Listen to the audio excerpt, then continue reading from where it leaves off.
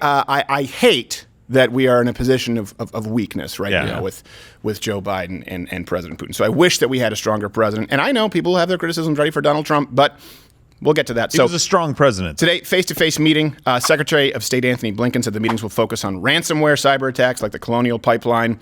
And they won't be holding a joint press conference afterwards. They'll be doing separate press conferences. And look, this is one of those things they often do on cable news, and it's useless. The body language experts. Yeah. But in this case, I did think it was interesting. I just want you to compare Donald Trump's meeting with Putin versus former Vice President Joe Biden's meeting with Putin. Just the initial body language. Here you go. Already this morning, our first look at the first greeting between President Trump and President Putin, posted online by the German government. A handshake and pat on the back. The quick interaction. Listen to this.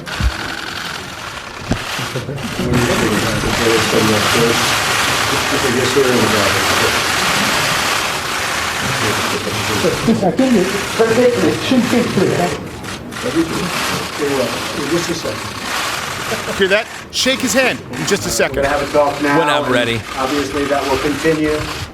But we look forward to a lot of very positive things happening for Russia, for the United States, and for everybody concerned. And it's an honor to be with you. Thank you.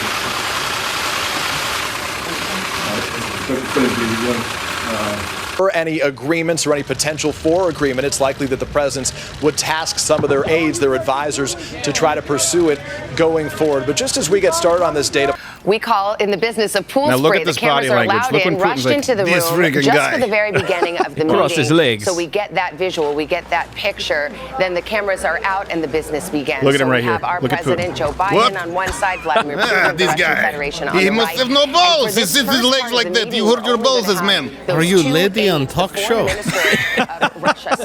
Don't interrupt me. This is not the View. For years and years and years. And Antony Blinken, who has been on Biden's side. I made my flag 1 inch bigger. Yes.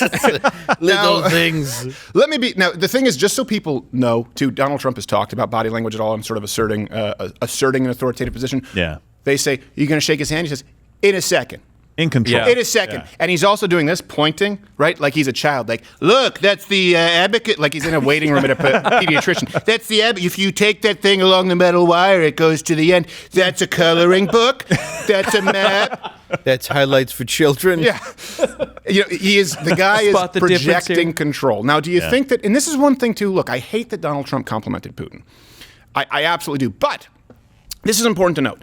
Donald Trump did compliment, for example, Kim Jong-un at one point. Yeah. Did compliment Putin. But he negotiated from a position of power, which matters. For example, people made a big deal that Donald Trump crossed over to the North Korean border. First president to do it. Guess what?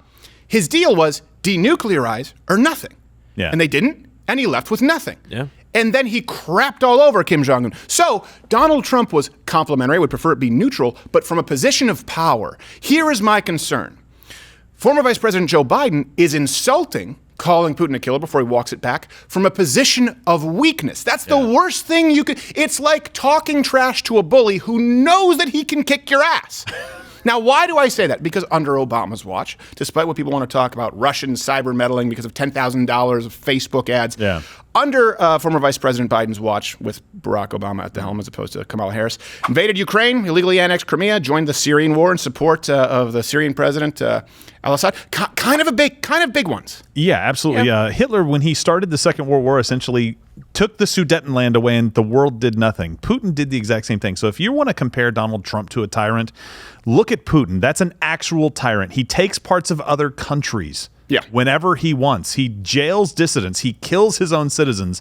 And we've sent a guy over there who can barely walk up a flight of stairs. Well, not only that, but he did it less, as far as internationally, acted up less, Putin under Donald Trump's watch. And you know what else happened? That's true. Everyone said Donald Trump is caving to Putin by pissing off our NATO allies. No, he said they needed to pay their fair share. And guess what? For the first time in 2 decades, they did. Yeah, exactly. Well, they started paying more than 0.5%. Well, it's my understanding he's a bigot.